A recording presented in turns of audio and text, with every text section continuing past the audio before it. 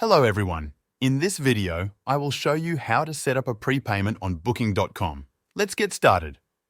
First, log in to your Booking.com extranet.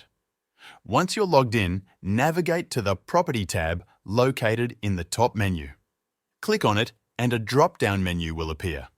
From there, select the Policies option. Once you're on the Policies page, you'll see an area labelled Cancellation and Prepayment Policies. This section allows you to define how you handle prepayments for your property. So to update it or edit it, simply click on Update Preferences.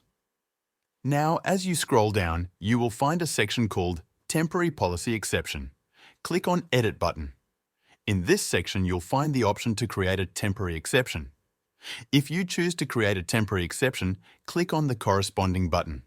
Now, you can customize your policy by entering the necessary details. This includes setting the applicable dates, rates, and other conditions for the prepayment. Be as specific as possible to ensure clarity for your guests. Once you've filled in all the required fields, click on Preview Temporary Policy to double-check the information. Review everything carefully to ensure there are no mistakes. If everything looks good, proceed by clicking on Complete this form.